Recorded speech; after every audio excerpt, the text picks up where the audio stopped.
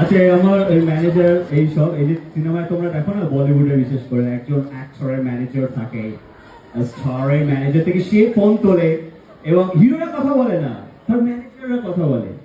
ও phone তোলে না, তখন আমার কাছে ফোন আসে, দাদা আপনার ম্যানেজার ফোন তুলছে না, এটা তুলতে বলবেন।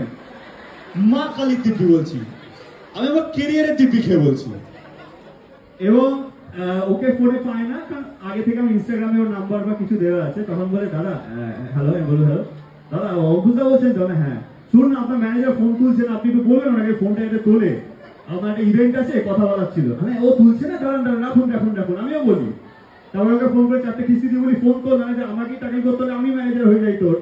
তো এইটা হচ্ছে রিয়ালিটি, ঠিক আছে? তাই জন্য যা এইসব ম্যাগাজিনে বেরোগুলো বিশ্বাস করবেন না, খুব কষ্ট করে এগোতে হয় আমাদেরকে। আর অর্ককে অশেষ ধন্যবাদ যে ম্যানেজার থেকে বেরিয়ে এতটা হেল্প করে দাদাকে আজকে এখানে নিয়ে আসার জন্য। না ও না থাকলে ডিরেক্ট ফোন করে চলে আসতাম আমি, অত ওকে দেওয়ার কিছু নেই।